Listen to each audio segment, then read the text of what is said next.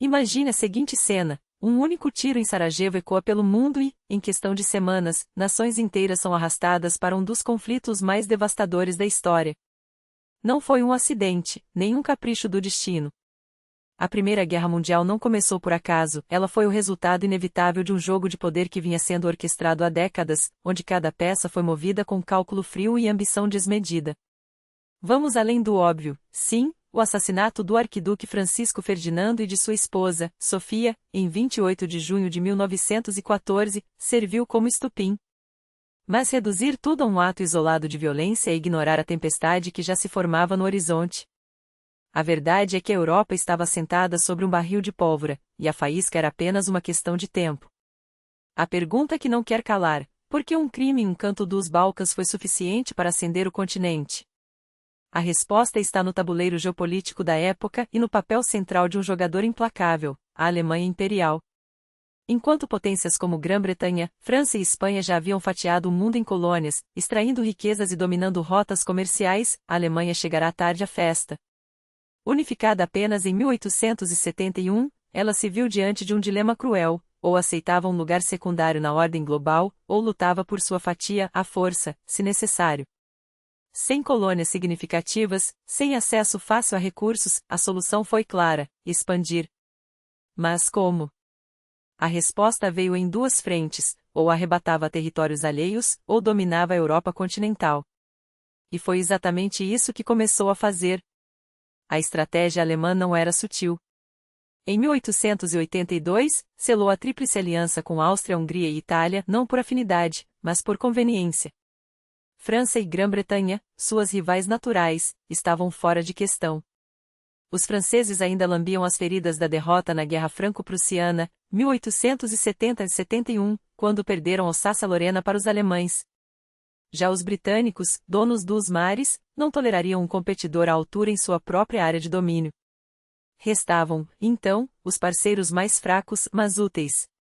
O palco estava armado: de um lado, a Tríplice Aliança, do outro, a Entente Cordiale, 1904, unindo França e Grã-Bretanha em uma frente comum.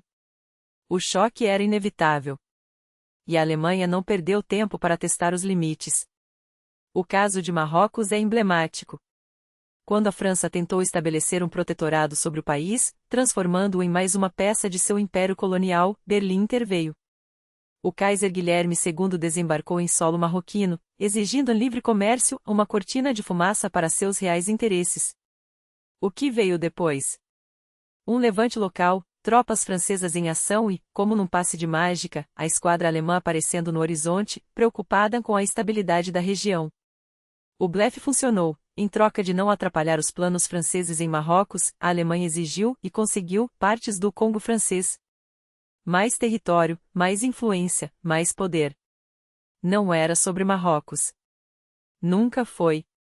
Era sobre a Alemanha reclamando seu lugar ao sol, como declarou sem rodeios o chanceler Bernhard von Bülow: passou a época em que o alemão cedia terra a um vizinho e mares a outro, contentando-se com o céu. Exigimos nosso espaço sob o sol. Essa frase resume a essência da política externa alemã, uma mistura de ressentimento, ambição e disposição para arriscar tudo. Cada movimento era calculado para abalar o equilíbrio de forças, até que o sistema ruísse. E a Rússia? A Rússia. Se havia um país que não queria guerra, era justamente o Império Russo. Nicolas II não era um pacifista, longe disso, mas seus ministros sabiam: o custo de um conflito em larga escala seria astronômico. A economia russa era frágil, a sociedade, instável, e as vantagens estratégicas, quase nulas. O único interesse concreto de Moscou eram os estreitos turcos, controlados pelo Império Otomano, que bloqueavam o acesso da frota russa ao Mediterrâneo. Fora isso, a guerra só traria dor de cabeça. Curiosamente, a Alemanha até tentou cortejar a Rússia. Afinal, o Kaiser Guilherme II e o czar Nicolas II eram primos. Havia acordos econômicos, gestos de aproximação. Berlim chegou a propor uma aliança militar, mas os ministros russos, mais realistas, recusaram. O resultado? A Rússia acabou se juntando à Entente, ao lado de França e Grã-Bretanha, o que, ironicamente, selou o destino de todos. Enquanto as potências europeias dançavam essa valsa perigosa, uma coisa ficava clara: a guerra não era uma possibilidade remota. Era uma certeza adiada.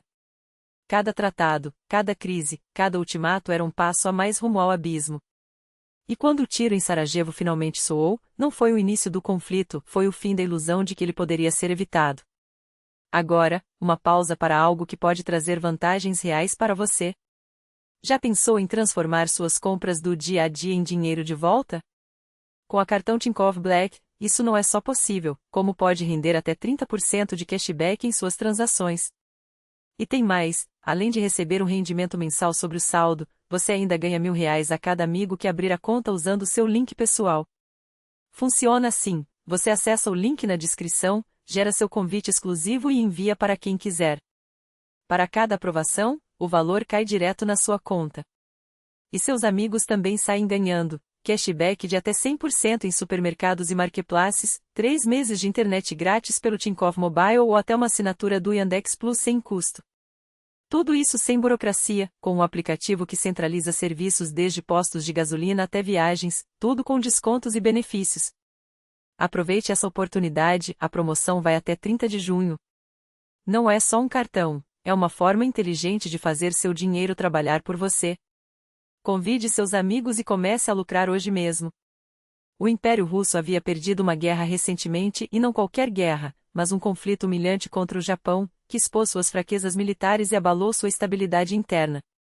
Enquanto a Alemanha, astuta e calculista, percebia que uma aliança com a Rússia era improdutiva, ela intensificava seus laços com a Áustria-Hungria e a Itália, buscando não apenas apoio econômico, mas também uma rede de influência que sufocaria qualquer resistência. E aqui entra um movimento estratégico que mudaria o tabuleiro geopolítico, a infiltração alemã no Império Otomano. Não foi uma invasão com tanques ou soldados, foi muito mais sutil e letal. Os alemães entraram com dinheiro, com consultores em que, na prática, ditavam políticas, corrompendo elite após elite turca até que Istambul se tornasse um satélite de Berlim. Para a Rússia, isso não era apenas uma ameaça econômica, era uma questão de sobrevivência. Os estreitos do Bósforo e Dardanelos, vitais para o comércio e a projeção de poder russo, estavam agora nas mãos de fantoches alemães. Quem controlava aqueles canais controlava o destino da Rússia no Mar Negro e a Alemanha não tinha intenção de soltar as rédeas. Mas o verdadeiro barril de pólvora não estava no Oriente Médio, e sim nos Balcãs. Por séculos, aquela região foi o quintal do Império Otomano, até que, uma a uma, as nações escravizadas, Sérvia, Grécia, Montenegro, arrancaram sua liberdade. Em 1913, após 2 guerras balcânicas sangrentas, a independência desses países não trouxe paz, mas uma nova ronda de conflitos. A Bulgária virou-se contra a Sérvia, alianças se formaram e se quebraram em questão de meses. E no centro dessa tempestade estava a Áustria-Hungria, obcecada em dominar os Balcãs a qualquer custo. Não por acaso, aqueles territórios faziam fronteira direta com seu império, e Viena não toleraria uma Sérvia forte, unificando eslavos e ameaçando seu domínio. E é aqui que a Rússia entra no jogo, não por capricho, mas por uma lógica que atravessa séculos. O apoio aos irmãos eslavos não era retórica vazia, era uma política de Estado, enraizada na identidade imperial. Desde o século XIX, Moscou jogava esse xadrez, e o XX não seria diferente. O problema? A Rússia não estava pronta para essa partida. Sua derrota para o Japão ainda doía, o exército passava por uma reforma desesperada, e o país fervilhava. A Revolução de 1905 havia abalado os alicerces do regime, e uma segunda onda de protestos já se anunciava no horizonte. Enquanto a Europa marchava para a guerra, São Petersburgo tentava, a todo custo, adiar o inevitável, negociando, mediando, forçando tréguas. Foi a Rússia que sentou Sérvia, Bulgária e Grécia à mesa após a Segunda Guerra Balcânica, evitando um banho de sangue maior. Mas o acordo teve um efeito colateral: a Sérvia emergiu como líder dos eslavos do Sul, um farol para a futura Iugoslávia. Para a Áustria-Hungria, isso era inaceitável. Para a Alemanha, uma oportunidade. E então a França, ainda lambendo as feridas de 1870, quando perdeu Alsácia-Lorena para a Prússia. Paris não esquecera, nem perdoara. Quanto à Grã-Bretanha? Os britânicos, mestres do jogo duplo. Prometiam neutralidade a uns, apoio velado a outros, enquanto teciam uma teia de alianças que, no fim das contas, só beneficiava a eles mesmos. Até o último dia da guerra, Londres se apresentaria como a grande pacificadora, mas a verdade, todos sabiam que a coroa jogava por seus próprios interesses, e muito bem. Neste episódio, mergulharemos nos principais palcos dessa tragédia: o frente ocidental, onde as trincheiras se transformariam em cemitérios a céu aberto, e o frente oriental, onde a estepe russa engoliria exércitos inteiros. Não daremos conta de tudo, não há tempo para detalhar as batalhas na África, as intrigas no Oriente Médio, os confrontos no Cáucaso ou as batalhas navais que decidiram o destino do Atlântico. Mas se você quer mais, se a história não cabe em um único vídeo, eu aprofundo cada um desses temas no meu canal no Telegram. Já está lá? Ótimo! Ainda não? O link está na descrição, assine, porque é lá que a análise vai além do óbvio. Aplausos! Senhoras e senhores, não procurem lógica neste comercial. Em vez disso, procure passagens aéreas baratas no Aviasales. Porque enquanto a Europa se preparava para o abismo, um único tiro mudaria tudo. Franz Ferdinand, sim, aquele mesmo que batizou uma banda escocesa décadas depois, não era apenas um arquiduque. Sua morte em Sarajevo não foi um crime comum, foi um escândalo diplomático calculado para detonar um continente já à beira do colapso. A Áustria-Hungria, com a bênção da Alemanha, entregou à Sérvia um ultimato tão brutal que beirava a humilhação nacional. O ponto mais ofensivo? Exigir que Belgrado entregasse o controle da investigação do assassinato às autoridades austro-húngaras. Para a Sérvia, isso era inegociável. Eles aceitariam quase tudo, menos se renderem à ocupação disfarçada. E aqui está o detalhe crucial: quando o arquiduque caiu, todos já sabiam que a guerra era uma questão de tempo. As grandes potências dançavam em torno do abismo, fingindo que ainda havia saída. A Áustria-Hungria avisou Berlim: vamos declarar guerra à Sérvia. A resposta alemã? Um carte blanche, apoio incondicional. A máquina da guerra já estava em movimento. Então começou o balé diplomático. Os britânicos, com seu ministro das Relações Exteriores, Sir Edward Grey, jogavam nebuloso: isso é um conflito balcânico, não nos meteis, diziam aos alemães, enquanto sussurravam aos franceses: preparem-se. A França, por sua vez, não perdeu tempo. O presidente Poincaré voou a São Petersburgo para fechar um acordo com Nicolau II. Se a guerra estourasse, a Rússia abriria uma frente oriental, dividindo as forças alemãs. Os alemães, é claro, souberam do plano. E no dia 23 de julho de 1914, logo após a partida de Poincaré, a Áustria-Hungria entregou seu ultimato à Sérvia. Rússia, França e Grã-Bretanha tentaram ganhar tempo: vamos negociar ponto por ponto, imploravam. Mas era tarde. A Áustria-Hungria já havia iniciado a mobilização secreta. Em 28 de julho, a declaração de guerra foi oficial. A Alemanha apoiou seus aliados sem pestanejar. E Nicolau II? Ele não tinha escolha. A opinião pública russa clamava por justiça para a Sérvia. A Rússia seria arrastada para a guerra não por ambição, mas por uma armadilha geopolítica da qual não podia escapar. Agora, observe este documento histórico: a troca de telegramas entre Nicolau II e o Kaiser Guilherme II, dois primos unidos por laços de sangue destinados a se destruírem. Em 29 de julho, um dia após a Áustria-Hungria declarar guerra, o czar escreve: fico feliz que tenhas voltado. Nestes momentos graves, apelo-te em nome de nossa antiga amizade. Uma guerra injusta foi declarada a um país fraco, a Sérvia. A indignação na Rússia, que compartilho plenamente, é imensa. Prevejo que em breve serei forçado a tomar medidas extremas, o que poderá levar à guerra. Para evitar uma catástrofe europeia, peço-te, usa tua influência sobre teus aliados antes que seja tarde. Assinado, Nick. Uma súplica desesperada entre parentes. Mas o Kaiser responderia no mesmo dia, e sua resposta selaria o destino de milhões. No dia seguinte, a resposta de Guilherme II chegava carregada de uma hipocrisia calculada, envolta em palavras que soavam a preocupação, mas escondiam o aço frio da estratégia. Com profunda preocupação ouço os efeitos que as ações da Áustria contra a Sérvia causam em teu país, escrevia o Kaiser, como se a indignação russa fosse um mal-entendido, um excesso de sensibilidade. A agitação sem princípios que há anos se espalha pela Sérvia culminou num crime horrendo, do qual o arquiduque Francisco Ferdinando foi vítima.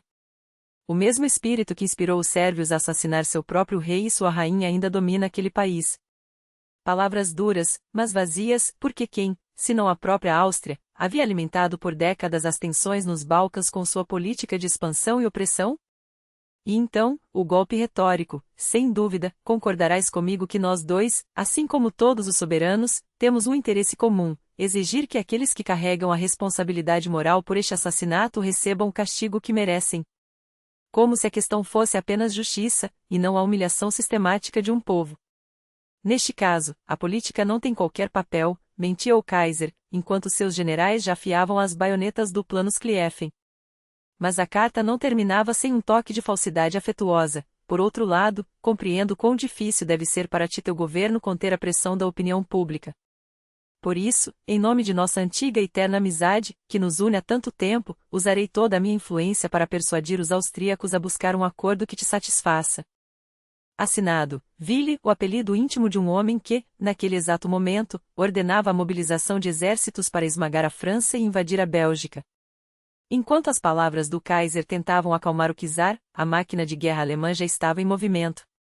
E a próxima mensagem, enviada no mesmo dia, revelaria ainda mais a duplicidade de Berlim.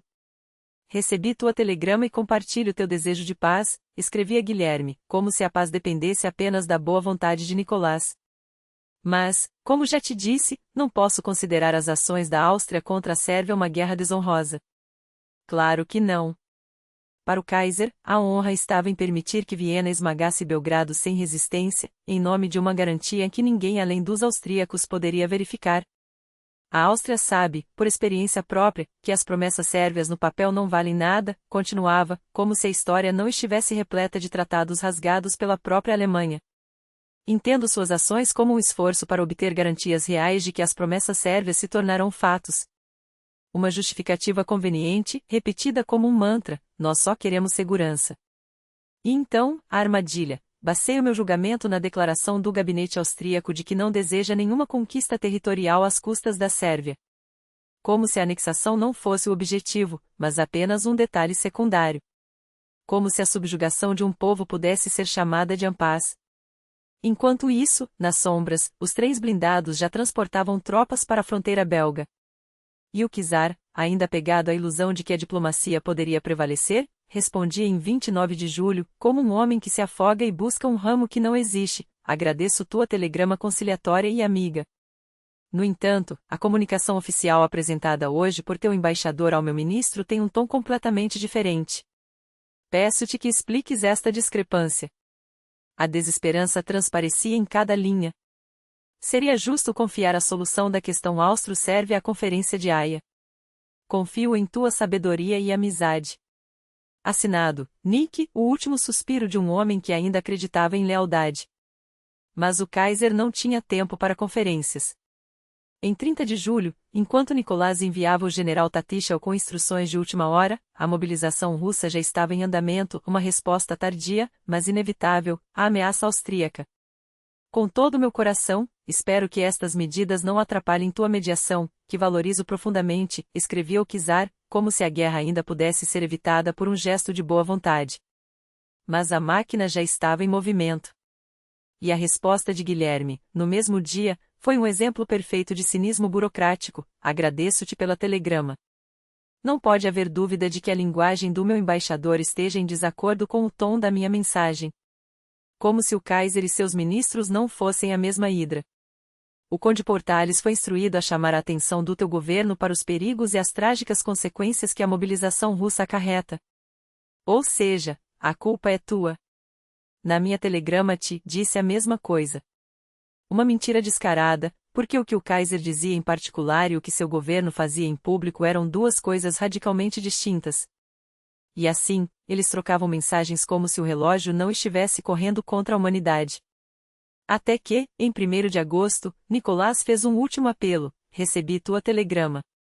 Compreendo que devais declarar mobilização, mas desejo de ti a mesma garantia que te dei, que estas medidas não significam guerra e que continuaremos a negociar pelo bem de nossos países e pela paz universal, tão cara aos nossos corações.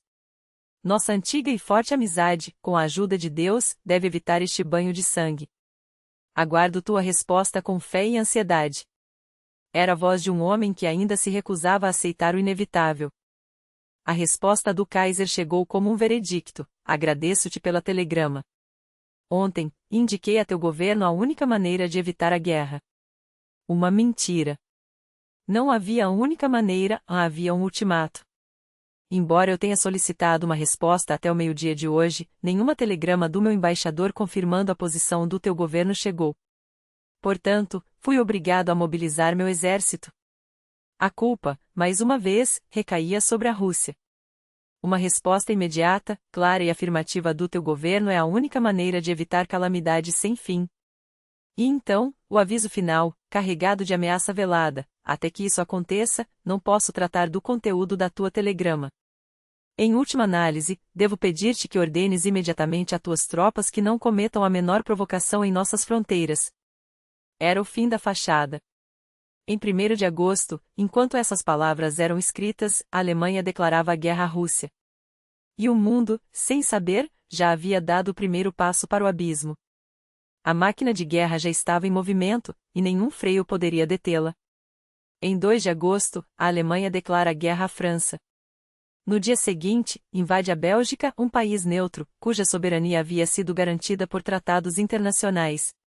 Mas tratados, para Berlim, não passavam de papel molhado quando o destino da Europa estava em jogo. A Bélgica, com seu exército minúsculo e mal equipado, não tinha chance. E no entanto, resistiu. Por quase um mês, soldados belgas, muitos deles civis armados à pressa, enfrentaram a mais poderosa força militar do continente. Não para vencer, isso era impossível, mas para ganhar tempo. E esse tempo, como veríamos depois, salvou Paris. Enquanto os belgas sangravam em Liège e Namur, os franceses já sentiam o bafo quente da derrota. Em 7 de agosto, os alemães avançavam pela Lorena, esmagando tudo à sua frente. Entre 21 e 25 de agosto, a Batalha das Fronteiras se transformou em um massacre. 250.000 soldados franceses e britânicos caíram em poucos dias. O general Joseph Joffre, comandante das forças francesas, olhou para seus generais e viu o que todos temiam: homens formados para guerras do século XIX, incapazes de entender a carnificina moderna. Em um mês, ele demitiu 30% deles. Não havia tempo para hesitações. Paris estava a semanas de ser tomada, e a França, a horas de ser apagada do mapa. Mas então veio o milagre do Marne. Não foi um milagre divino, foi sangue russo. Enquanto os alemães marchavam sobre a França, o czar Nicolau II lançava suas divisões contra a Prússia Oriental. O alto comando alemão, obrigado a desviar tropas para conter o avanço eslavo, viu seu plano Schlieffen desmoronar. Exaustos, os alemães recuaram. Os franceses, liderados por generais mais jovens e brutais, contra-atacaram. Pela primeira vez desde 1870, a França vencera a Alemanha em campo aberto. Paris estava salva. Mas a um custo terrível, a guerra relâmpago havia falhado, e agora ambos os lados cavavam trincheiras que se estenderiam do Mar do Norte até a Suíça. Enquanto isso, no leste, o Império Russo escrevia sua própria tragédia. Em agosto, o general Samsonov liderou 200 de milhares de homens para dentro da Prússia Oriental. A ordem era clara: esmagar os alemães antes que eles esmagassem a França. Mas esperava-os Paul von Hindenburg, um estrategista frio que transformaria a campanha em um abate. Na Batalha de Tannenberg, entre 26 e 30 de agosto, o segundo exército russo foi aniquilado. Samsonov, incapaz de enfrentar a humilhação, atirou em si mesmo. Seu colega, o general Zilinski, foi demitido. A Rússia perdeu 30.000 mortos, 50.000 prisioneiros e qualquer ilusão de vitória fácil. Mas se a Prússia foi um desastre, a Galícia foi um triunfo. Contra a Áustria-Hungria, um império podre, onde eslavos, húngaros e alemães se odiavam mais do que ao inimigo, os russos avançaram como uma avalanche. Em setembro, tomaram o Vil e Gali, empurrando os austro-húngaros de volta para os Cárpatos. Até o final do ano, a Rússia controlava a Galícia Oriental e a Bucovina. O fronte se estabilizou, exceto por um saliente perigoso, o Bolsão de Varsóvia, uma protuberância que, mais tarde, se tornaria uma armadilha mortal. E enquanto a Europa ardia, o Oriente se mexia. A Turquia otomana, doente e decadente, era o prêmio que todos cobiçavam. 3 homens decidiram seu destino: Enver Pasha, um fanático pró-alemão, Talat Pasha, um oportunista sem escrúpulos, e Djemal Pasha, o único que via a loucura de entrar na guerra. Ele queria uma aliança com a Entente. Afinal, a Grã-Bretanha e a França eram potências reais. Mas em ver, a gente de Berlim impôs sua vontade. Em outubro, navios turcos, comandados por oficiais alemães, bombardearam portos russos no Mar Negro. A Rússia declarou guerra. E assim nasceu à frente do Cáucaso, um teatro de operações onde o Império Russo, ironicamente, obteve suas maiores vitórias iniciais. Mas a entrada da Turquia na guerra teve um efeito imediato e devastador: o fechamento dos Dardanelos. De repente, a Rússia estava isolada. Seus aliados não podiam enviar suprimentos pelo Mediterrâneo. Seus próprios navios estavam presos no Báltico e no Mar Negro. Restavam apenas duas rotas: o Porto Gelado de Arcanjo, no Ártico, ou Vladivostok, a 9.000 quilômetros de Moscou. A fome e a escassez já batiam à porta. E então veio a propaganda. Porque quando a Rússia lutava contra os turcos, ainda se podia falar em um conflito entre civilizações. Mas quando alemães matavam franceses, quando austríacos fuzilavam sérvios, quando britânicos bombardeavam cidades alemãs, aí, era preciso inventar algo maior. Algo que justificasse o massacre. Algo que transformasse homens em monstros e monstros em heróis. A guerra não era mais entre nações. Era entre o bem e o mal. E o mundo, sem perceber, já havia aprendido a amar a mentira. Quando franceses e ingleses enfrentavam alemães, não se tratava de um choque entre estranhos, mas de um conflito dentro da mesma matriz cultural europeia. E como explicar, então, os milhares, depois milhões, de mortos a populações que, até pouco tempo antes, se consideravam irmãs em civilização? A resposta veio rápida e brutal: a desumanização. Não se lutava contra alemães. Lutava-se contra feras. Contra hordas bárbaras que ameaçavam devorar o mundo ordenado. E para sustentar essa fábula, tudo era válido. Os ingleses, mestres incontestáveis da arte, elevaram a propaganda a um nível de sofisticação que até Goebbels, décadas depois, estudaria com devoração. Cada técnica que o regime nazista aperfeiçoaria na Segunda Guerra já havia sido testada e aprovada nas trincheiras de 1914. Como se constrói um monstro? Com detalhes. Com provas. Ou, na falta delas, com invenções tão grotescas que se tornam inesquecíveis. Tomemos o exemplo do Sobor de Reims, reduzido a escombros pela artilharia alemã durante a ofensiva sobre a Alsácia-Lorena. Sim, era um símbolo sagrado da França, onde coroavam-se reis. Sim, sua destruição era um golpe contra a memória nacional. Mas isso não bastava. Precisava-se de mais. Precisava-se de sangue e de lendas que fizessem tremer até o mais cético dos soldados. E assim nasceu o mito da fábrica de cadáveres em Koblenz, um suposto complexo industrial onde os alemães transformavam corpos, seus e dos aliados, em sabão para a frente de batalha. Uma fábula macabra, sem qualquer fundamento, mas que cumpria sua função: não se rendam, ou acabarão como matéria-prima. As gazetas e panfletos espalhavam o terror, porque na guerra, como na fé, o medo é o melhor missionário. Outras histórias ganharam vida própria. A execução dos padres católicos em Antuérpia, enforcados por protestantes alemães. A enfermeira Edith Cavell, fuzilada após ser acusada de espionagem, mas não antes de ter seu corpo, segundo boatos meticulosamente disseminados, esfaqueado com baionetas. E então veio o soldado canadense crucificado, uma lenda que começou como um murmúrio entre tropas e se tornou um grito de guerra. Um jornalista inglês ouviu de soldados canadenses que um companheiro havia sido encontrado pregado em uma parede de celeiro, torturado até a morte por bestas teutonicas. A história cresceu como um tumor: de 3 homens crucificados, restou um. De um relato vago, surgiram detalhes viscerais. E quando a mentira se repete com suficiente convicção, ela se torna verdade, pelo menos para quem precisa acreditar. No comando dessa orquestra de horrores estava Lord Northcliffe, o mesmo gênio por trás do Daily Mail, que transformou a propaganda em uma indústria de massa. Até 1918, os britânicos haviam impresso 5 milhões de panfletos, lançados sobre trincheiras inimigas como bombas de papel. Alguns explodiam literalmente, granadas modificadas para espalhar folhetos ao detonar. Outros caíam de balões, flutuando sobre as linhas alemãs como mensageiros da condenação. Vocês lutam por uma causa injusta, diziam. Seus líderes são criminosos. Vejam o que fazem com seus próprios mortos. O efeito foi devastador. Até os próprios alemães, em relatórios internos, admitiam, na guerra das narrativas, eles não passavam de aprendizes diante dos britânicos. Enquanto Londres operava com precisão cirúrgica, Berlim tropeçava em sua própria desorganização. Não havia uma propaganda centralizada, mas 27 escritórios e agências, públicas e privadas, disputando espaço, voz e coerência. Sim, produziram panfletos e jornais de frente. Sim, tentaram responder com suas próprias campanhas, lançando folhetos sobre território inimigo. Mas cometeram um erro primário, quase cômico: pagar por propaganda alheia. Os soldados alemães que encontrassem panfletos aliados e os entregassem aos superiores recebiam uma recompensa. O resultado? Em vez de ignorarem as mensagens, eles as liam. Afinal, se o exército pagava por aquele papel, era porque ele devia conter algo importante. Até 1918, mais de 800 mil folhetos inimigos haviam sido coletados e devorados pelos próprios alemães, a um custo de 250 mil marcos para o Estado. Como resumiu Walter Nicolai, chefe da inteligência alemã, tivemos propaganda? A resposta é não.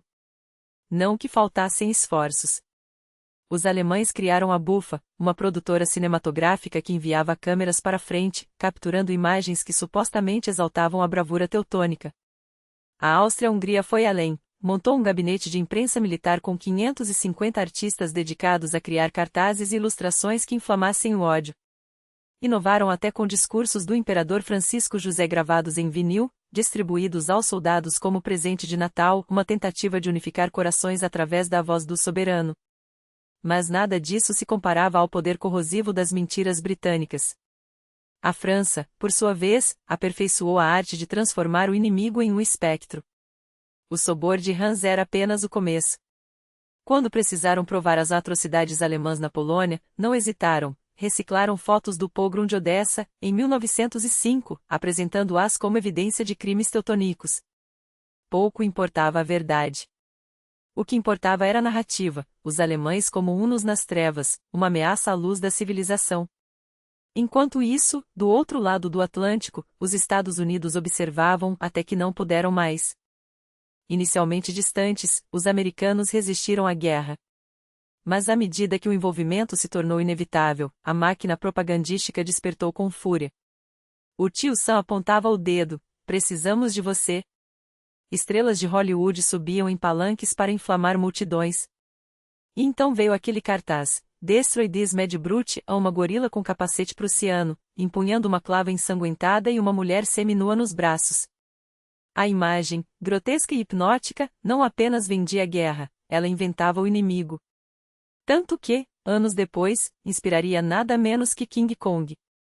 A propaganda não apenas moldava a realidade. Ela a antecedia. E a Rússia? A Rússia. Lá, a propaganda era um espetáculo de amadorismo e contradições. Um império de camponeses analfabetos não se convencia com palavras. Os jornais, quando existiam, eram ignorados.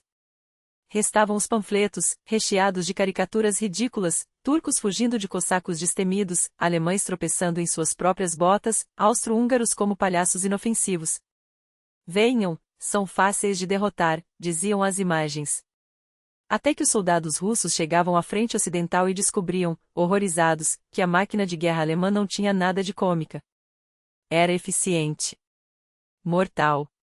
E a propaganda, que prometia uma vitória gloriosa, revelava-se uma armadilha, uma mentira que custaria caro. O lema oficial, por Deus, pelo czar e pela pátria, soava cada vez mais oco. A linha propagandística, centrada na salvação dos irmãos eslavos, desmoronava diante da realidade: um exército mal equipado, uma população faminta, um regime apodrecendo por dentro. Criaram-se agências de notícias em Bucareste, Copenhague e Estocolmo, com a missão de espalhar uma imagem positiva da Rússia pelos países neutros. Funcionou tão bem que, em 1916, foram fechadas. Afinal, de que adiantava polir a fachada de um edifício em chamas? Restavam as brochuras. O Kaiser sem máscara, por exemplo, denunciava o imperador alemão como um lobo em pele de cordeiro. Mas quem as lia? Quem, além de uma elite já convertida à causa, se importava? A propaganda russa, como o próprio império, era um gigante com pés de barro. E quando o barro secou, tudo desabou. Eis que surge a Alemanha em Guerra, editada por um certo Berezovsky, um libelo distribuído em países neutros para expor a essência predatória do Império Alemão. Mas de 1915 a 1916, quando o fronte já ardia em colapso e os soldados russos se rendiam em massa, o regime lançou um desesperado folheto de 200.000 cópias, Como vivem nossos homens nos campos de prisão. O recado era claro: não se entreguem, pois lá só há tortura e degradação. O efeito? Zero.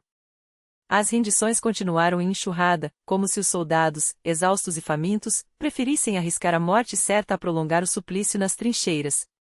Enquanto isso, um plano mirabolante germinava na cabeça do professor Venslovsky, da Universidade de Moscou, propaganda russa na Alemanha. A ideia? O Ministério da Defesa bancaria jornalistas, sobretudo ocidentais, para semear a revolução em solo alemão, forçando Berlim a abandonar a guerra. Os valores? Inicialmente 20.000 rublos para correspondentes de confiança. Mas quando os estrangeiros perceberam que podiam sugar o ouro russo sem dar nada em troca, o preço subiu para 30.000. Algum resultado? Talvez umas poucas greves aqui e ali, mas nada que abalasse o Reich. Dinheiro jogado no lixo, como quase tudo naquela máquina de propaganda enguiçada. Em 1915, nasceu o Bureau de Imprensa junto ao Estado-Maior Supremo. Sua missão: filtrar, censurar e distorcer cada linha que chegasse às gazetas russas, alinhando-as à narrativa oficial ou melhor, à fábula oficial. Um exemplo escancarado: o general quartel-mestre Danilov, sabendo que Varsóvia cairia em 1915, orquestrou uma campanha para preparar a opinião pública. De repente, os jornais passam a martelar: o inimigo nos esmaga com recursos infinitos. Nosso jejum de munição não é falha nossa, é que os alemães têm 100 vezes mais obuses. E a cereja do bolo: sempre planejamos recuar até o Niemen. Varsóvia? Ah, foi só um avanço, acidental. Nossa estratégia genial era defender-nos atrás do rio. Uma mentira tão descarada que só a guerra e o desespero poderiam torná-la crível. Na Turquia, a propaganda também agia, mas com um trunfo letal: o jihad. O clero e o governo otomano declararam guerra santa contra os infiéis em Rússia, França, Grã-Bretanha. Para uma população analfabeta, o apelo era irresistível: não se tratava de política, mas de uma cruzada divina. Folhetos e panfletos reforçavam a mensagem, mas o verdadeiro poder estava na palavra sagrada: matar o não muçulmano é dever sagrado. Simples. Eficaz. Brutal. 1915 começou com um rude despertar: ninguém venceria em 3 ou 4 meses. A guerra de trincheiras, esse pesadelo de lama e sangue, instalou-se como nova rotina. Os ataques frontais, aqueles avanços suicidas, onde soldados eram ceifados como trigo por metralhadoras, provaram-se inúteis. Uma única arma podia dizimar uma centena de homens em segundos. As posições fortificadas, crivadas de canhões e ninhos de metralhadoras, resistiam até aos bombardeios mais intensos. E assim o moinho de carne humana girava, girava. As ofensivas falhavam, as contraofensivas também.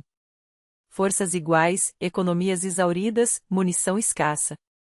Ninguém previa que a máquina de guerra devoraria tanto e tão rápido. Até abril, o fronte ocidental respirou em silêncio tenso. Então, entre 22 de abril e 25 de maio, o inferno desabou em Ypres. Os alemães inovaram, liberaram gás cloro sobre as trincheiras aliadas. 15.000 intoxicados. 5.000 mortos asfixiados, os pulmões queimados como papel. Pela primeira vez, a guerra ultrapassou até os limites da barbárie conhecida. Não havia mais regras, só a lei do extermínio. Os aliados reagiram com máscaras de gás, mas o estrago estava feito. Em 3 de maio, lançaram uma contraofensiva, 6 dias de artilharia pesada, chumbo derramado sobre as linhas alemãs. Resultado? 130.000 baixas aliadas, para avançar 7 quilômetros. Um massacre por migalhas de terra. Silêncio até setembro. Então, nova carnificina em Artois, 200.000 mortos do lado aliado, 140.000 do alemão. A fome de munição era um câncer. Por que tantos cadáveres? Já se sabe: metralhadoras, granadas, aviões espiões que mapeavam cada movimento. A guerra industrializara a morte e os soldados, meros números numa contabilidade de horror. Antes de mergulharmos no fronte oriental, um desastre merece destaque: a aventura que quase afundou a carreira de Churchill. Quem quiser detalhes, veja o episódio sobre ele. Em poucas palavras, o Estado-Maior britânico sonhava com o controle dos Dardanelos. Tomar o Bósforo e expulsar os otomanos da guerra. Domínio total do Mediterrâneo. Além disso, a Rússia implorava por uma distração turca para aliviar a pressão no Cáucaso. Os britânicos morderam a isca. Em fevereiro de 1915, bombardearam as fortificações otomanas, sem sucesso. Minas nos estreitos, tração ineficaz. Em março, 7 navios entraram na armadilha, 3 afundados, 2 avariados. Sem debarque, nada feito. Até que, em 25 de abril, pressionados por Churchill, os aliados desembarcaram em Galípoli. O resultado? Um banho de sangue. Os turcos lutaram como demônios. Os invasores não conseguiram firmar posição. Fracasso absoluto. Churchill caiu. Os aliados perderam 160 mil homens, os otomanos, 250 mil, mas mantiveram os estreitos. Ironia cruel, a operação, embora desastrosa, ajudou a Rússia. Ao drenar tropas turcas dos Balcãs, aliviou a pressão sobre o Cáucaso. E o fronte oriental? Um xadrez de objetivos contraditórios. A Alemanha, esgotada por 2 frontes, precisava eliminar a Rússia já. A Rússia, por sua vez, sonhava com a saída da Áustria-Hungria, o elo mais fraco, para concentrar forças contra Berlim. Os alemães atacaram pela Prússia, 56 mil baixas russas contra 16 mil delas. Depois, a Operação de Prasnys, 72 mil russos mortos ou feridos, 60 mil alemães. A vantagem tática germânica era esmagadora: comunicação por telefone entre unidades, aviões de reconhecimento, coordenação precisa. Os russos? Rádio amador, ordens perdidas, caos. Mas a Rússia contra-atacou nos Cárpatos.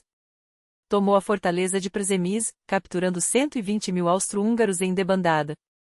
Último suspiro de vitória. Para sustentar esse ímpeto e evitar o colapso total, o Império Austro-Húngaro, os alemães deslocam 6 divisões frescas para o setor. E aí começa o verdadeiro calvário, a fome de munição russa. Durante essa campanha nos Cárpatos, a Rússia perde 1 milhão de homens, enquanto Áustria-Hungria e Alemanha somam 800 mil baixas. A partir desse momento, não há mais vitórias. O que vem em seguida é o grande retrocesso, uma debandada de 1 mês e meio que começa em 5 de maio, quando as potências centrais rompem a frente russa. O resultado? Tudo que a Rússia havia conquistado nos meses anteriores é devorado de volta. O Lviv é abandonada. Przemyśl, recém-tomada, cai novamente. As tropas russas, exaustas, começam a se render em massa. O moral desaba. O exército perde a vontade de lutar. No verão, os alemães avançam sobre o Vístula e o Bug. Em junho, a ofensiva de Nário varre as defesas russas, Varsóvia é perdida, o saliente de Varsóvia é esmagado. Só a fortaleza de Osowiec resiste em uma defesa heroica, a famosa Ataque dos Mortos, história para outro momento. Brest-Litovsk e Grodno caem. A evacuação de fábricas da região báltica começa, não há como segurar aquelas terras. Em julho, a Operação Riga e Auliai arrebata da Rússia a Curlândia, Mittal e Libau, onde ficava uma das principais bases navais russas. As províncias do Vístula estão perdidas. Com elas, 25% da produção de carvão do país, vital para a guerra. Em agosto, Kovel, Lutsk e Pinsk são abandonadas. Só em novembro o fronte é estabilizado, mas a um custo brutal, 1,5 milhão de baixas, mais 1 milhão de soldados que se rendem. O mapa estratégico agora é uma linha reta, da Báltica ao Mar Negro, o saliente de Varsóvia foi cortado. E enquanto o fronte se reorganiza, a Rússia se desintegra por dentro. A situação política é um caos absoluto. Ministros caem como dominós. O moral das tropas desmorona. A propaganda bolchevique infiltra as trincheiras. Enquanto isso, a rasputinada corrói o regime. O monge e a czarina são acusados de traição, de colaborar com os alemães. O antitsarismo ferve. E então vem o golpe final. O grande duque Nicolau Nikolaevich, o único comandante respeitado pelo exército, é afastado do fronte e mandado para o Cáucaso. o czar Nicolau II assume pessoalmente o comando das Forças Armadas. Todos os erros, todas as derrotas, agora são culpa dele. Os ministros suplicam para que o czar mantenha Nicolau no comando. Ele ignora. E assume o controle de uma máquina de guerra que já está podre por dentro. E falando em podridão, a corrupção. Não sei como era na França, na Inglaterra ou na Alemanha, talvez roubassem da mesma forma. Mas na Rússia, as provas são escancaradas. Com a guerra, surgem os Zengori, comitês de censos e dumas municipais que gerenciam os fundos de defesa. E onde há dinheiro de guerra, há ratos. Subornos para conseguir contratos de fardamento. Propinas para fornecer o tão necessário projétil de 76 milímetros. Funcionários do Zengori banquetam em restaurantes caríssimos, enquanto os soldados morrem por falta de munição. E então vem o escândalo Matilde Kessinskaya, a bailarina, amante de meio mundo da nobreza, dona de ações do principal fornecedor de armamentos, o Puilovsky Zavod. Quando se descobre que o contrato milionário para abastecer o fronte foi parando nas mãos dela, a farsa vira escândalo nacional.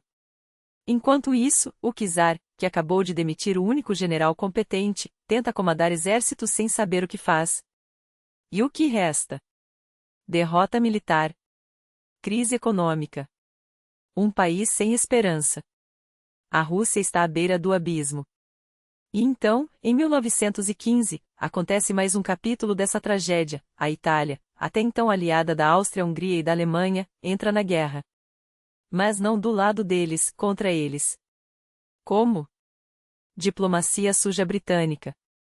Londres oferece créditos astronômicos, que Roma só terminaria de pagar em 1975, e promessas territoriais, Tirol do Sul, Dálmatia, Albânia, parte dos Balcãs, Líbia. Dois agitadores lideram o coro belicista, Mussolini, o futuro ditador fascista, e Gabriele D'Annunzio, o poeta guerreiro. Eles convencem a Itália a entrar no conflito, um erro monumental. Porque a Itália não sabe lutar. Suas ofensivas são um desastre, 12 batalhas no Isonzo, só em 1915 são 4, com 256 mil italianos mortos contra 135 mil austro-húngaros. O exército italiano mostra-se incapaz, ineficiente, avançando quilômetros para depois recuar. Mas para franceses, britânicos e russos, pouco importa. A Itália distrai 19 divisões austro-húngaras que poderiam estar esmagando a Rússia. E enquanto o fronte oriental sangra, outro crime se desenrola no Cáucaso. Em janeiro de 1915, os russos vencem em Sarkão, esmagando os otomanos. Mas essa vitória selou o destino dos armênios.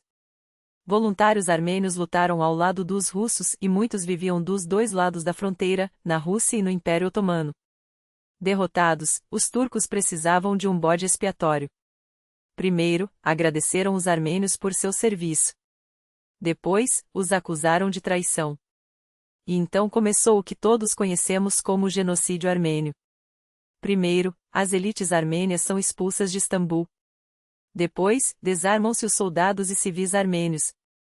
Em seguida, deportações em massa. Execuções. Os armênios tentam resistir, só o levante de Van consegue segurar os turcos por algum tempo. O resto é massacre. Não vou descrever os horrores em detalhe. Porque esta não é apenas uma história de guerra. É uma história de crime contra a humanidade. E enquanto a Rússia se afunda em suas próprias contradições, o sangue armênio mancha para sempre o século XX. Não é surpresa que a Turquia, até hoje, se recuse a reconhecer o genocídio. Afinal, admitir a verdade custaria caro e não apenas em termos morais.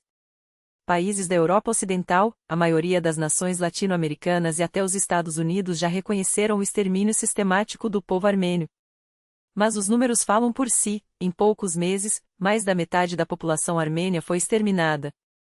As estimativas variam entre 600 mil e 1,5 milhão de mortos, homens, mulheres, crianças, intelectuais, camponeses. Todos apagados do mapa por uma política de Estado calculada e fria. Após a guerra, os aliados condenaram esses atos como crimes contra a humanidade. A resposta turca? Uma narrativa cínica: os armênios eram espiões, traidores, aliados da Rússia. Como se a mera suspeita justificasse o aniquilamento de um povo inteiro. Décadas depois, Ankara ainda minimiza sua responsabilidade, distorce fatos e joga com ambiguidade histórica. Mas a razão é simples: reconhecer o genocídio significaria enfrentar demandas por reparações, indenizações bilionárias e, acima de tudo, a vergonha de carregar no currículo nacional uma das maiores barbaridades do século XX. Por isso, o tema segue como uma ferida aberta entre Armênia e Turquia, um conflito que o tempo não cura, porque a justiça nunca chegou. Enquanto isso, 1916 começa com um pesadelo: Verdun, a máquina de moer carne humana. Os alemães lançam uma ofensiva desesperada. Os franceses resistem. E o que deveria ser uma batalha vira um abatedouro de 131 dias, onde 65 divisões francesas e 50 alemãs são trituradas sem que o fronte se mova um centímetro. Os números são tão absurdos que perdem sentido: 750 mil baixas dos aliados, 450 mil dos alemães, quase 1,5 milhão de vidas jogadas no lixo por um pedaço de terra que, no final, continua nas mesmas mãos. E os alemães inovam no horror. Pela primeira vez, usam lança-chamas nos combates. Imagine, jatos de fogo líquido engolindo trincheiras, homens queimando vivos enquanto gritam. O efeito psicológico é devastador. Mas a verdadeira revolução vem dos céus. Os aviões da Primeira Guerra são máquinas primitivas, lentas, instáveis, com um problema mortal: como atirar para frente sem destruir as próprias hélices? Os alemães resolvem isso com uma solução genial e letal. Sincronizam a metralhadora com o movimento do propulsor, fazendo as balas passarem exatas entre as pás. De repente, a Luftwaffe ganha superioridade aérea. O céu deixa de ser neutro. Enquanto Verdun sangra, os aliados tentam um desvio de atenção: a Batalha do Somme. Os britânicos trazem duas surpresas. Primeiro, galerias subterrâneas, túneis cavados sob as linhas inimigas, carregados de explosivos. Em julho, 19 minas são detonadas de uma vez, abalando a terra como um terremoto. A defesa alemã voa pelos ares. Depois, em setembro, entra em cena o tanque. 32 monstros de metal rastejam em direção às trincheiras inimigas. Os soldados alemães, pela primeira vez na história, veem aquelas bestas se aproximando, blindadas, implacáveis, imunes às balas. O pânico é instantâneo. Alguns fugem. Outros atiram até perceber que as balas ricocheteiam. Mas a realidade é menos épica: dos 32 tanques, só 18 conseguem avançar mais de 5 quilômetros. O resto quebra, atola, fica sem combustível. A máquina é lenta, desajeitada, quase inútil. Mas o conceito está lançado. Daqui a algumas décadas, esses ampunhos blindados vão dominar os campos de batalha da Segunda Guerra. O resultado do Somme? Outro banho de sangue: 800 mil baixas dos aliados, 538 mil dos alemães. E o fronte? Exatamente onde estava antes. A guerra se tornou uma equação macabra: milhões morrem, e nada muda. Na Alemanha, o alto comando entende que é hora de mudar de estratégia. Hindenburg, o vencedor do leste, assume o comando no ocidente. Enquanto isso, no fronte oriental, algo extraordinário e trágico está prestes a acontecer: o Brusilowski Breakthrough, a ofensiva que vai abalar os alicerces da Áustria-Hungria. Os aliados, esgotados em Verdun e no Somme, pedem ajuda à Rússia. A mensagem é clara: se não avançarem, nós desabamos. O Império Russo, apesar de seus próprios problemas, cumpre o dever. Em 4 de junho, as tropas de Brusilov atacam em 13 frentes simultâneas. O efeito é arrasador. Os austro-húngaros, já enfraquecidos, recuam 120 quilômetros. A Volínia, a Bucovina, parte da Galícia são retomadas. 750 mil baixas de cada lado, um preço terrível, mas com um resultado estratégico: a Áustria-Hungria nunca mais será a mesma. Seu exército está quebrado. Sua capacidade de guerra, destruída. E há mais: a ofensiva russa salva a Itália.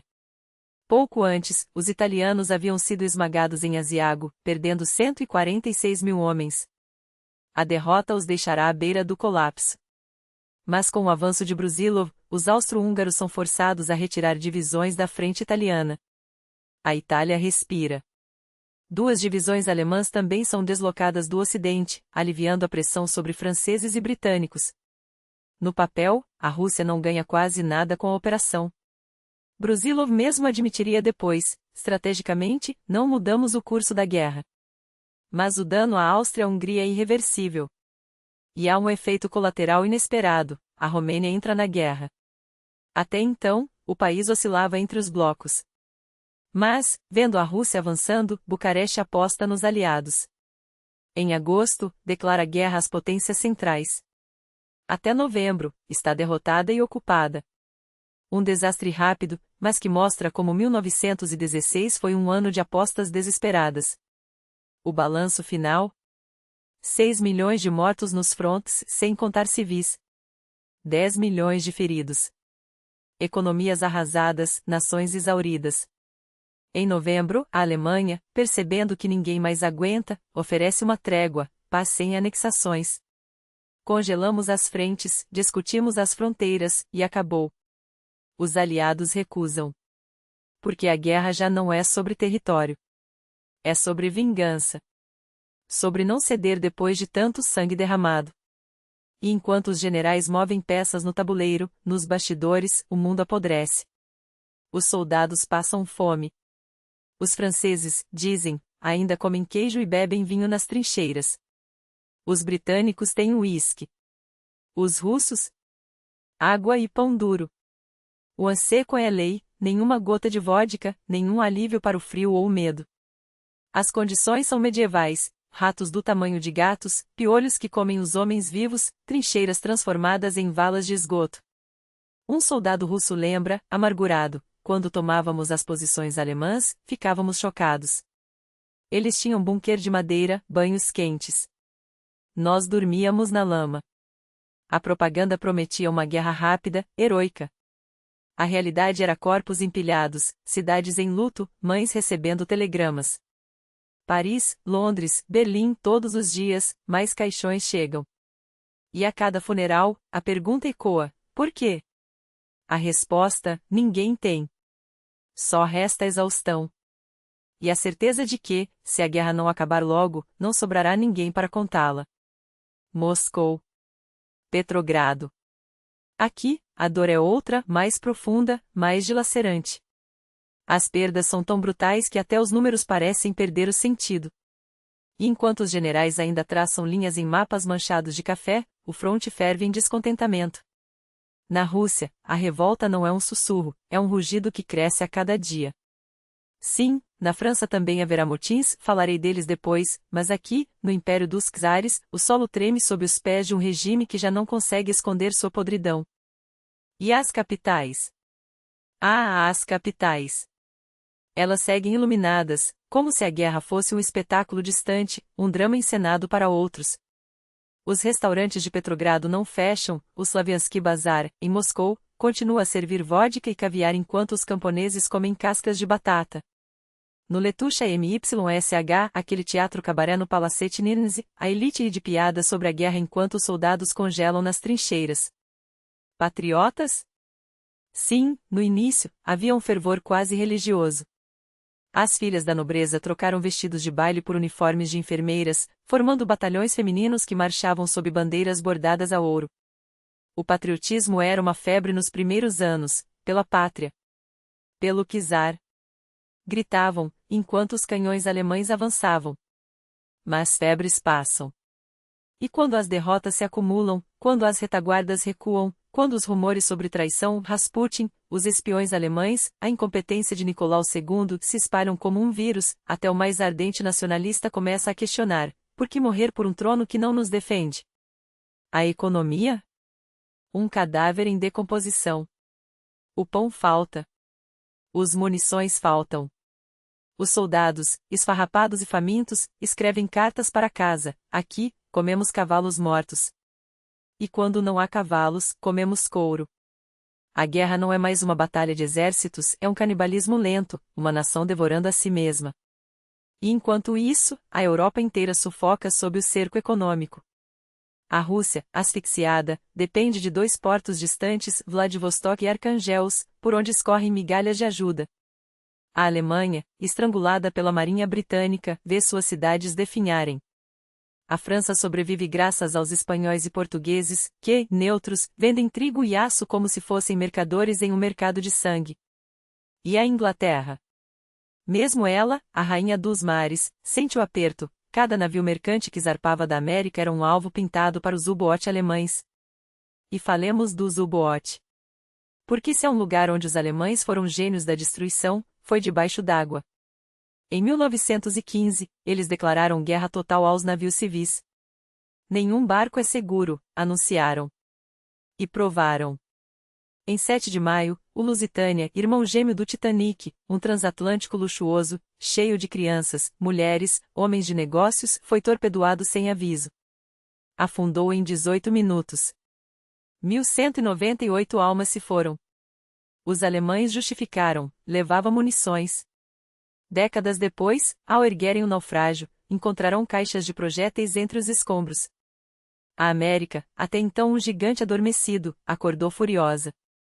Jornais estampavam manchetes: assassinos teutos. O presidente Wilson, pressionado, começou a preparar o país para a guerra. Mas os alemães não pararam por aí.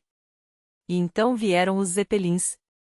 Aqueles monstros prateados, flutuando sobre Londres como fantasmas metálicos, inatingíveis. Ninguém conseguia derrubá-los. Em 31 de maio de 1915, a primeira bombardeio caiu sobre a cidade. Em 8 de setembro, um dirigível silencioso, mortal, sobrevoou a Catedral de São Paulo, jogando bombas como se fosse um deus irritado. O dano material? Relativo. O dano psicológico? Imensurável. Os londrinos olhavam para o céu e viam a morte pairando, intocável. A solução? Improvisar. Dardos foram lançados contra as carcaças dos Zeppelins. Balas explosivas foram inventadas para rasgar seu revestimento. Tubos de cobre gigantescos eram erguidos para escutar o zumbido dos motores no céu. Holofotes varriam a noite, iluminando as bestas para que a artilharia pudesse disparar à cega. Mas mesmo assim, os alemães bombardearam. E bombardearam bem. E enquanto isso, no ar, eles dominavam. A aviação alemã era uma máquina de matar. O Barão Vermelho, Manfred von Richthofen, pintava seu avião de escarlate, como um demônio alado. 80 vitórias confirmadas. Os aliados diriam depois que era propaganda. Mas quem, em sã consciência, enfrentaria aquele homem? Seu esquadrão, o Flying Circus, era uma legião de asas vermelhas, semeando terror nos céus. Os aviões aliados, em comparação, pareciam brinquedos de madeira, frágeis, lentos, fadados a cair em chamas. Os alemães tinham uma vantagem letal: metralhadoras sincronizadas com as hélices. Enquanto os pilotos britânicos e franceses ainda atiravam entre as pás girantes, para não acertar o próprio motor, os alemães disparavam em linha reta, ceifando inimigos como trigo. Tentaram afastar Richthofen do fronte.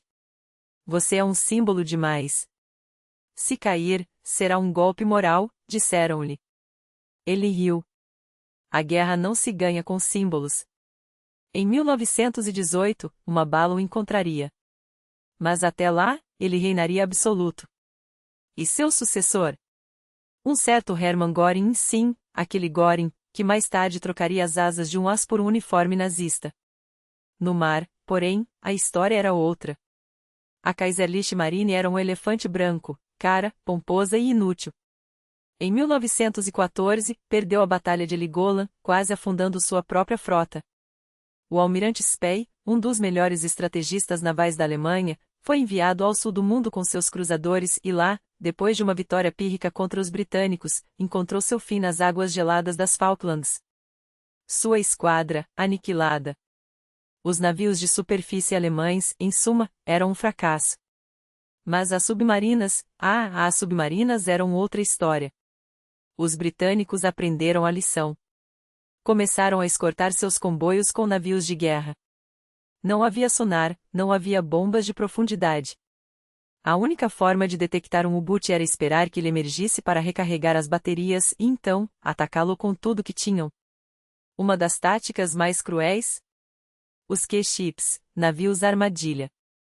Pareciam mercantes inofensivos, vagando sozinhos pelo Atlântico. Quando um submarino alemão surgia para afundá-los com tiros de canhão, torpedos eram caros, afinal, o mercante revelava seus canhões escondidos e abria fogo. Muitos U-boot afundaram assim, traídos pela própria ganância. Mas mesmo assim, o bloqueio continuava. E a fome, também. 1917 chegou. E com ele, o colapso. No fronte oriental, a Rússia apodrecia por dentro. A agitação revolucionária já não era um murmúrio, era um terremoto. Em fevereiro, uma delegação dos aliados chegou a Petrogrado para avaliar: a Rússia ainda pode lutar? A resposta eles encontrariam nas ruas. Não em relatórios. Mas no cheiro de pólvora que já não vinha só das trincheiras. A Rússia ainda podia lutar? Não. A verdade é que os aliados nem estavam lá para avaliar a capacidade militar do exército russo, estavam lá para medir o pulso de um império que já apodrecia. E o que descobriram não foi um exército, mas um cadáver político. Historiadores sérios não têm dúvidas, aquele não era um relatório de guerra, era um atestado de óbito. Quando a delegação partiu, deixou para trás não apenas anotações, mas um sinal verde. Um recado claro para os interessados de plantão, a nova burguesia, os deputados da Duma, os políticos que já cheiravam poder: o czar está sozinho. As potências não o segurarão mais. Façam o que tem a fazer. E fizeram. Poucos dias depois, a F explodiu como uma granada em meio à neve de Petrogrado. O czar abdicou. O fronte oriental desmoronou. Até setembro, os alemães tomaram Riga sem disparar um tiro sequer, a frota russa simplesmente abandonou o Golfo, como ratos deixando um navio afundando. O que restava do exército imperial? Nada. Só a sombra de um gigante que, em vez de rugir, agora se arrastava em retirada. Enquanto isso, no Ocidente, a máquina de guerra alemã começava a engasgar. Não havia mais reservas. Não havia mais homens. Cada ofensiva dos aliados era como um golpe de martelo em uma bigorna já rachada. Em abril e maio, o general Nivelle lançou seu famoso e desastroso ataque.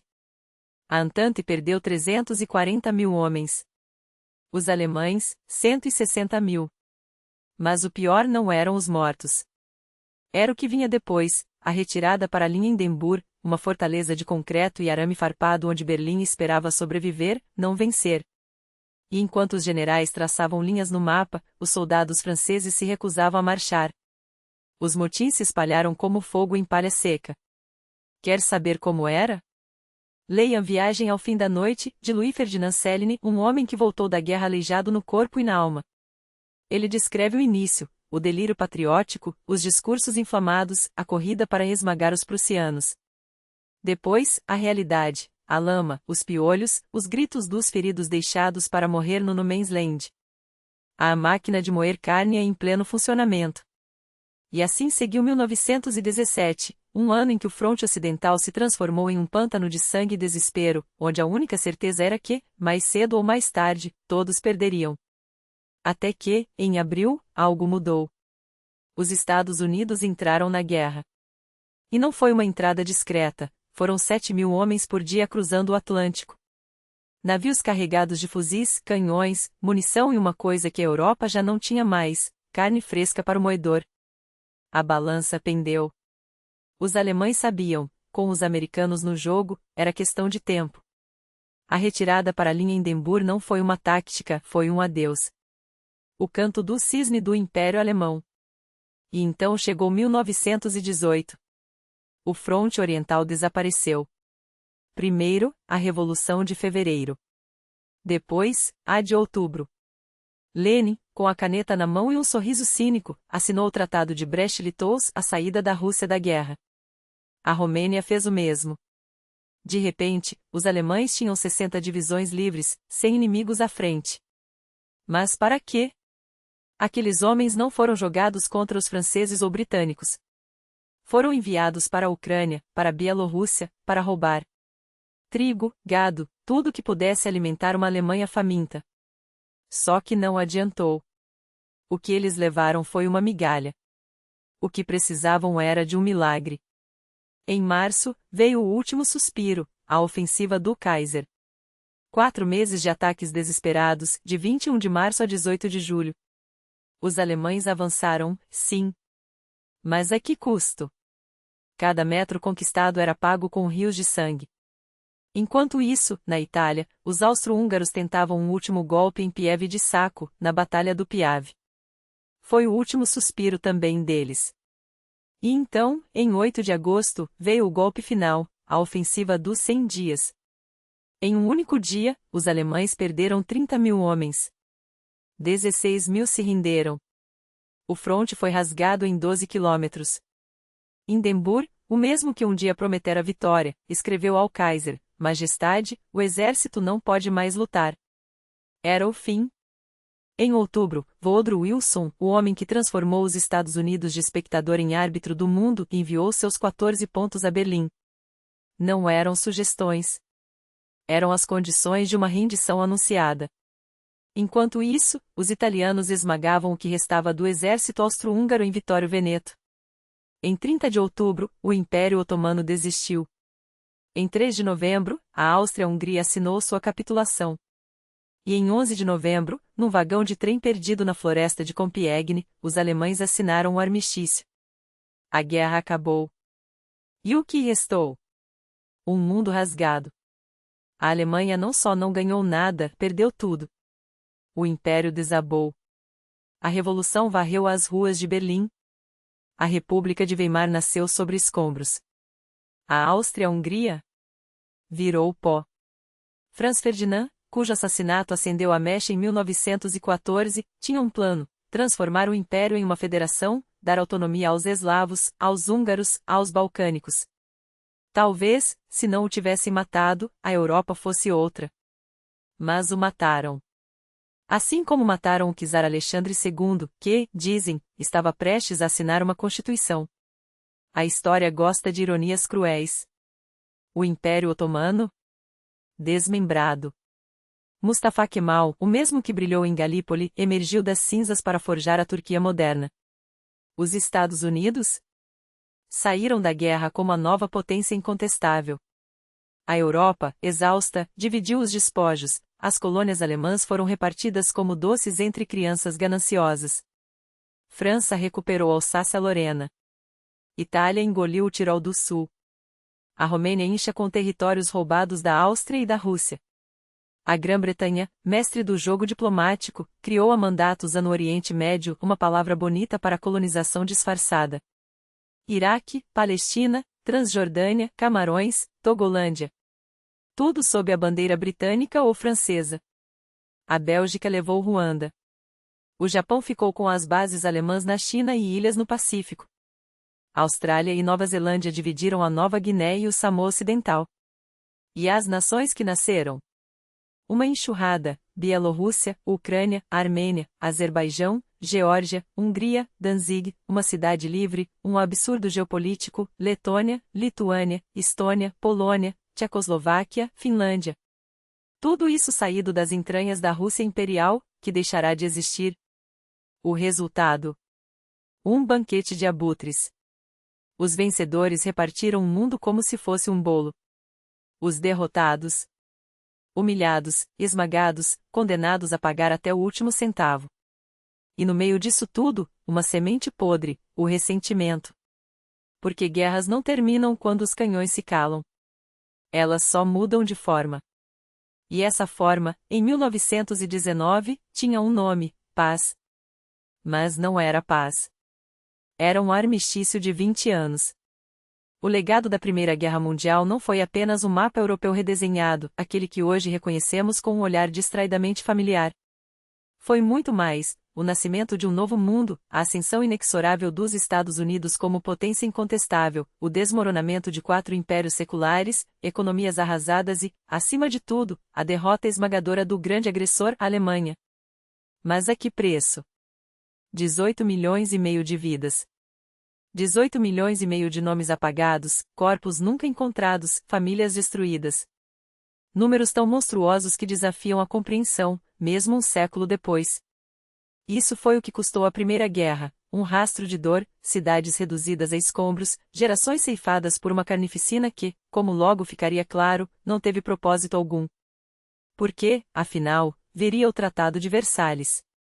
Em 28 de junho de 1919, a Alemanha foi arrastada para a mesa das negociações não como parceira, mas como reconfessa.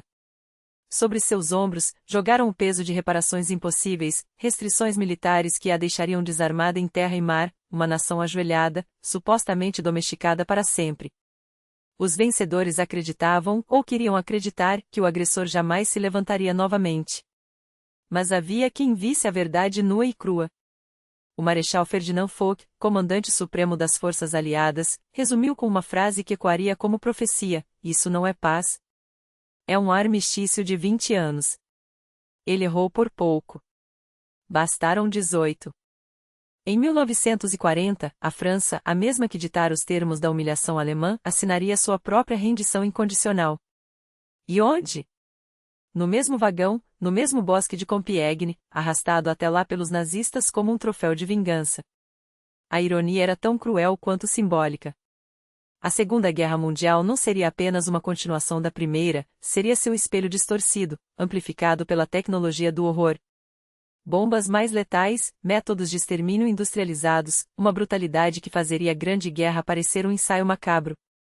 E o pior: quase nenhum dos problemas que supostamente justificaram o banho de sangue de 1914 a 1918 havia sido resolvido. A história não se repete como farsa. Às vezes, ela volta como pesadelo.